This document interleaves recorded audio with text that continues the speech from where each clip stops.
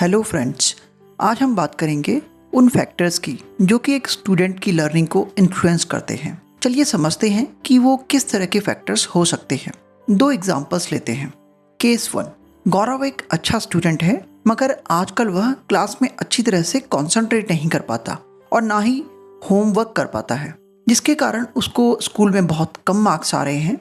Teachers को सुनने में यह आया है कि स्कूल के बाहर उसका फ्रेंड सर्कल अच्छा नहीं है और वो अधिकतर समय उनके साथ अनवांटेड एक्टिविटीज में उलझा रहता है। Let's take the second case. Gita और सीता दो बहनें हैं। गीता आर्ट एंड ड्राइंग से रिलेटेड कामों में बहुत अच्छी है और जो भी देखती है उसका स्केच बना सकती है। वहीं दूसरी तरफ उसकी बहन सीता म्यूजिक के लिए पैशनेट है। उसको बहुत सारे गाने आते हैं जिनमें से बहुत तो वह पूरे गा लेती है, चाहे उसने सिर्फ एक बार ही क्यों ना सुन रखा हो। दोनों घंटे साथ बिताती हैं और अपने अपने इंटरेस्ट एरिया को परस्यू करती हैं। इन दोनों ही केसेस को हम अगर ध्यान से देखें या समझने की कोशिश करें तो गौरव के केस में जहां उसका पढ़ाई में पुअर परफॉर्मेंस उसके पीयर ग्रुप यानी कि एनवायरनमेंट का मेजर रोल है जो कि उसकी लर्निंग को इन्फ्लुएंस कर रहा था, वहीं गीता और सीता की बातें करें तो उनके अपने अपने इंटरेस्ट थे और यही पर्सनल इंटरेस्ट उनकी लर्निंग को गाइड कर रहे थे। इन दो एग्जाम्पल्स से आप समझ ही गए होंगे कि लर्निंग के प्रोसेस को कैसे पर्सनल और एनवायरमेंटल फैक्टर्स इन्फ्लुएंस करते हैं। हम ब्रॉडली इन फैक्टर्स को पर्सनल या साइकोलॉजिकल और एनवायरमेंटल फैक्टर्स में कैटेगराइज कर सकते हैं। मेजर पर्सनल फैक्टर्स होते हैं intelligence, motivation, emotions, interest, attitudes, self concept, learning styles etcetera etcetera. Major environmental factors होते हैं सोशियो कल्चरल फैक्टर्स, जैसे कि आपकी फैमिली, आपका friend circle, neighbourhood, community, school environment और teaching and learning processes. Personal और एनवायरमेंटल फैक्टर्स दोनों बहुत इंपॉर्टेंट रोल प्ले करते हैं किसी भी स्टूडेंट की लर्निंग में, यानी किसी भी स्टूडेंट की learning is a function of environmental factors and personal factors. आइए अब हम थोड़ा डिटेल में बात करते हैं पर्सनल यानी साइकोलॉजिकल फैक्टर्स की जो कि एक स्टूडेंट की लर्निंग को इम्पैक्ट करते हैं। Number 1, intelligence. Intelligence is positively related to learning ability of the children. इंटेलिजेंस क्या होती है या individual to individual and across cultures vary करता है। आप इन 3 स्टेटमेंट्स को पढ़िए। पूजा हमेशा क्लास में फर्स्ट आती है, Mohita is very good in athletics and Vishal is an excellent football player. इन 3 स्टेटमेंट को पढ़कर क्या आप बता सकते हैं कि पूजा, मोहिता और विशाल में सबसे ज़्यादा इंटेलिजेंट कौन है? शायद नहीं। पूजा, मोहिता और विशाल सभी अपने अपने फील्ड में बेस्ट हैं। इंटेलिजेंस को विदाउट कॉन्टेक्स्ट डिफाइन करना बहुत ही मुश्किल है। जितने एक्सपर्ट्स आपको मिलेंगे उतनी ही इंटेलिजेंस की डेफिनेशन भी आपको मिल जाएंगी। फिर भी अगर जनरलाइज किया जाए तो इंटेलिजेंस हमारी वह एबिलिटी है जो हमें हमारे एनवायरनमेंट से सीखने में, उसके बारे में समझने में और उससे इंटरेक्ट करने में हेल्प करती है। इंटेलिजेंस के बारे में कई फेमस डेफिनेशंस हैं जिसमें बिनेट साइमन इंटेलिजेंस टेस्ट है, स्पीयरमैन की 2 फैक्टर थ्योरी है, रॉबर्ट स्टर्नबर्ग की ट्रायर्किक थ्योरी ऑफ इंटेलिजेंस है और फाइनली हॉवर्ड गार्डनर की थ्योरी ऑफ मल्टीपल इंटेलिजेंस है। जैसा आई सेड, जितने एक्सपर्ट्स उतने तरह के विचार इंटेलिजेंस के ऊपर। इन सभी इंटेलिजेंस की थ्योरी के ऊपर वीडियोस इस चैनल पर अपलोडेड हैं। Do check them out for clarity. Next is motivation. Simply put, motivation वह है जो हमें प्रॉम्प्ट करता है, फोर्स करता है और एनर्जाइज करता है कि हम किसी लक्ष्य को पाने के लिए एक्शन लें। जो स्टूडेंट्स स्कूल में मोटिवेटेड रहते हैं वो लंबे समय तक स्कूल में रहते हैं, हर तरह की क्लास की एक्टिविटीज़ में पार्टिसिपेट करते हैं, ज़्यादा सीखते हैं और बेहतर परफॉर्म करते हैं। टीचर अगर अच्छा करना चाहते हैं तो उन्हें किसी तरह स्टूडेंट में मोटिवेशन लाना पड़ेगा, तभी टीचर स्टूडेंट से बेहतर रिजल्ट की उम्मीद कर सकते हैं। सिद्धार्थ और निधि को ही ले लीजिए।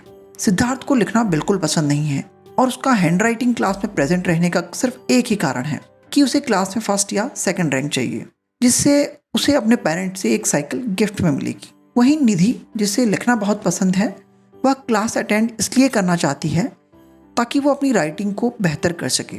इसके अलावा वो नई नई राइटिंग टेक्निक्स भी क्लास में सीख रही है ताकि वो जो भी लिखे उसे और भी इंटरेस्टिंग और इंगेजिंग बना सके।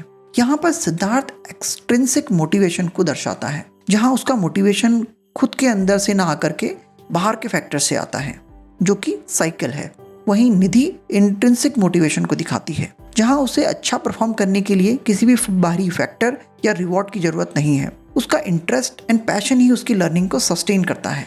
यहाँ पर यह ध्यान रखने की जरूरत है कि learning which happens due to extrinsic motivation is not sustainable in nature. Next is emotions. Emotion और लर्निंग के बीच का कनेक्शन बाई डायरेक्शनल और कॉम्प्लेक्स है। अगर एक लर्नर पॉजिटिव इमोशंस को एक्सपीरियंस करता है तो लर्निंग प्रोसेस में उसे मदद मिलती है। इसके उलट अगर लर्नर नेगेटिव इमोशंस को एक्सपीरियंस करता है तो लर्निंग प्रोसेस बहुत बेहतर नहीं हो पाती है। गेस कीजिए, इन दो स्टूडेंट्स को अगर न्यूटन्स लॉ ऑफ मोशन पढ़ने को दे दिया जाए तो किस स्टूडेंट के उसको लर्न करने के चांसेस ज़्यादा होंगे? You know the answer, right? The first one. Next personal factor है इंटरेस्ट। इंटरेस्ट एक तरह का एक्वायर्ड मोटिव है जो कि इंडिविजुअल की इनहरेंट नीड से अराइज होता है और इंडिविजुअल को एक सर्टेन वे में एक्ट करने के लिए पुश करता है। आपने अक्सर सुना होगा पेरेंट टीचर्स मीटिंग में टीचर्स अक्सर पेरेंट्स को कंप्लेन करते हैं कि उनके बच्चे अच्छा कर सकते हैं अगर वो उसमें इंटरेस्ट लें। आपने स्टूडेंट्स को भी यह कहते हुए सुना होगा कि हिंदी बहुत बोरिंग सब्जेक्ट है, मैं फिजिक्स नहीं पढ़ सकता, उसका सब्जेक्ट मैटर मुझे इंटरेस्ट नहीं करता है, मैं बाहर क्रिकेट क्यों खेलने जाऊं जब मुझे क्रिकेट में कोई इंटरेस्ट ही नहीं है। Without interest there can be no learning. Zero interest leads to zero learning. Individual के इंटरेस्ट पैटर्न्स बहुत डिफर करते हैं।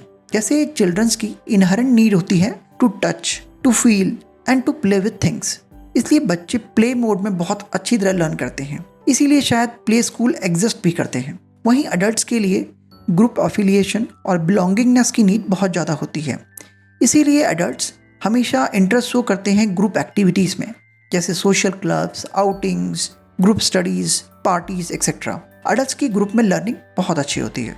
Next personal factor is attitude. हम सभी के लाइक्स, डिसलाइक्स, बिलीफ और ओपिनियंस होते हैं किसी ऑब्जेक्ट और इवेंट के बारे में या किसी पर्सन के बारे में। एटीट्यूड सिंपल लैंग्वेज में हमारा बिहेवियर है किसी ऑब्जेक्ट या पर्सन के लिए। एटीट्यूड यूजुअली सोशलाइजेशन प्रोसेस से इमर्ज होते हैं। हमारा एटीट्यूड पॉजिटिव, नेगेटिव और न्यूट्रल किसी भी तरह का हो सकता है। फॉर इंस्टेंस, अगर एक स्टूडेंट का फुटबॉल की तरफ पॉजिटिव एटीट्यूड है तो वह फुटबॉल खेलने में अच्छी रुचि दिखाएगा। मोस्ट लाइकली यह एटीट्यूड चाइल्डहुड में तब बना होगा जब वह स्टूडेंट अपनी बड़ी सिस्टर को फुटबॉल एंजॉय करते हुए या खेलते हुए देखता होगा। और यह टीचर और स्कूल एडमिनिस्ट्रेशन की रिस्पॉन्सिबिलिटी है कि स्टूडेंट्स, चाहे स्कूल हो या फिर मैथ्स की क्लास, दोनों जगह स्टूडेंट्स को वेलकमिंग फील कराएं, जिससे कि उनका स्कूल, मैथ्स दोनों के लिए पॉजिटिव एटीट्यूड डेवलप हो सके। नेक्स्ट पर्सनल फैक्टर है सेल्फ कॉन्सेप्ट। सेल्फ कॉन्सेप्ट यह बताता है कि एक इंडिविजुअल अपने बारे में क्या फील करता है, अपनी एबिलिटीज पर उसे कितना कॉन्फिडेंस है। सेल्फ कॉन्सेप्ट एक ब्रॉडर टर्म है जिसमें सेल्फ इमेज, सेल्फ एस्टीम और सेल्फ एफिकेसी यह तीनों आते हैं। इन तीनों एलिमेंट्स का लर्निंग में बहुत प्रभाव पड़ता है। सेल्फ इमेज मतलब किसी इंडिविजुअल की खुद के बारे में मेंटल इमेज या मेंटल परसेप्शन, जैसे I am weak at mathematics और I am expert in English, I am not so good looking etcetera. यहाँ पर पर्सन खुद के बारे में एक जजमेंट ले रहा है। जो स्टूडेंट खुद को मैथ या इंग्लिश में स्ट्रॉन्ग समझते हैं वह इन सब्जेक्ट्स में बड़े इंटरेस्ट और एंथुजियाज्म के साथ पार्टिसिपेट करेंगे। इसीलिए सेल्फ इमेज का हमारी लर्निंग पर बहुत प्रभाव पड़ता है, क्योंकि यही हमारी डायरेक्शन को डिसाइड करता है। Self esteem refers to the overall appraisal of one's worth और value as a person. Self esteem यह बताती है कि एक इंडिविजुअल किस डिग्री तक खुद की रिस्पेक्ट करता है। लो ऑफ सेल्फ एस्टीम एक इंडिविजुअल के माइंड में डाउट क्रिएट कर देती है कि वह अपने लक्ष्य तक पहुंच भी पाएगा या नहीं। सेल्फ एफिकेसी मीन्स किसी इंडिविजुअल का खुद की एबिलिटीज पर कॉन्फिडेंस कि क्या वह किसी काम को टाइम पर अच्छे से एग्जीक्यूट कर पाएगा या नहीं। सेल्फ एफिकेसी इस तरह के क्वेश्चन को एड्रेस करती है। विल आई सक्सीड और fail, will I be liked by the people और laughed at. Overall self concept यानी इंडिविजुअल की खुद के बारे में ओवरऑल फीलिंग्स एक इम्पॉर्टेंट रोल प्ले करती हैं यह डिसाइड करने में कि स्टूडेंट की लर्निंग ग्रोथ कैसी होगी। इसलिए student counselling and confidence building activities का होना बहुत ज़रूरी हो जाता है एक स्टूडेंट के लिए।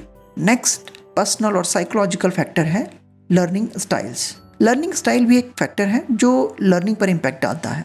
लर्निंग स्टाइल थ्योरीज कहती हैं कि इंडिविजुअल्स डिफरेंट वे में लर्न करते हैं और हर किसी का एक यूनिक स्टाइल ऑफ लर्निंग होता है।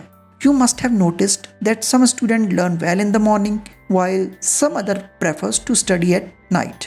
Some students like to sit in quiet places while some other likes group learning. Some take a deep processing approach, learning in detail, while other take a surface processing approach, focusing on memorization rather than analyzing and understanding. पर ये रटे हुए concept ज़्यादा समय तक mind में retain नहीं हो पाते हैं। एक टीचर के लिए स्टूडेंट के इन पर्सपेक्टिव्स को समझना बहुत जरूरी है, सो दैट टीचर स्टूडेंट के लिए एक सुटेबल एनवायरनमेंट क्रिएट कर सके। अब आते हैं एनवायरमेंटल फैक्टर्स पर। Number 1, socio cultural factors. जिस सोशियो कल्चरल एनवायरनमेंट में एक बच्चा ग्रो करता है, उसका सिग्निफिकेंट इम्पैक्ट चाइल्ड की लर्निंग ग्रोथ पर पड़ता है। वाइगोस्की की सोशियो कल्चरल थ्योरी भी यही कहती है।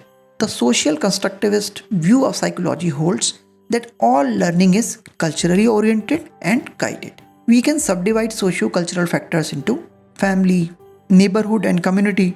Socio-cultural diversities like caste, class, ethnicity, religion, etc.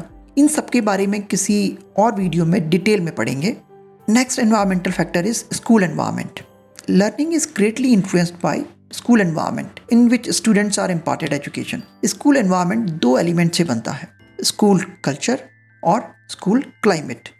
In short, school culture वह है जो ऑर्गेनाइजेशनल लेवल पर होता है, जैसे आइडियाज़, वैल्यूज़, बिलीफ सिस्टम, जिनकी डीप मीनिंग्स होती है जो अक्रॉस द ऑर्गेनाइजेशन आपको दिखती है। जैसे हम अक्सर कहा करते हैं कि प्राइवेट स्कूल का कल्चर गवर्नमेंट स्कूल के कल्चर से बहुत डिफर करता है। दिल्ली पब्लिक स्कूल यानी कि DPS स्कूल्स का कल्चर केंद्रीय विद्यालय यानी कि KV के स्कूल से बहुत डिफरेंट है। व्हाट वी मेंट इज कि DPS के सभी स्कूल्स में एक तरह का कल्चर होगा और सभी KVS स्कूल्स में दूसरी तरह का कल्चर होगा। वहीं स्कूल क्लाइमेट स्कूल लेवल पर ओवरऑल फील को दिखाता है। क्लासरूम का अरेंजमेंट, बिल्डिंग का डिज़ाइन, वहाँ पर स्टूडेंट टीचर का रिलेशन एक्सेट्रा। मतलब कि दो केंद्रीय विद्यालयों का कल्चर सिमिलर होगा, पर दो केंद्रीय विद्यालयों का स्कूल क्लाइमेट काफ़ी डिफरेंट हो सकता है। हर स्कूल एडमिनिस्ट्रेशन, टीचर्स और स्टूडेंट मिलकर अपने स्कूल का क्लाइमेट खुद बनाते हैं। Next environmental factor is teaching learning processes. Human senses एक डोमिनेंट रोल प्ले करती हैं लर्निंग प्रोसेस में। जिस क्लासरूम में स्टूडेंट को मैक्सिमम सेंसेस की हेल्प से टीच किया जाता है, वहाँ स्टूडेंट हमेशा बाकी क्लासरूम के बच्चों से आगे रहेंगे। रिवीजन और प्रैक्टिस भी लर्निंग क्वालिटी को इम्प्रूव करती है। Similarly, inquiry based learning methods, जहाँ पर स्टूडेंट सेंटर्ड टीचिंग प्रोसेसेस को यूज किया जाता है, they have been proved to be far more effective than traditional lecture based teaching methods. जो students evidence based teaching learning processes से अपने school life में गुजरेंगे, उनकी लर्निंग काफ़ी इफेक्टिव होगी और वह स्टूडेंट की लॉन्ग टर्म ग्रोथ को शेप करेगी। So friends, today we learn about personal and environmental factors जो कि स्टूडेंट की लर्निंग को इम्पैक्ट करते हैं। Here is the snapshot of what we learn so far. Hope you enjoyed the whole session. आप अपना फीडबैक जरूर दीजिएगा। I will be eagerly waiting for your feedback. Keep visiting, keep learning at the good life. फिर मिलते हैं।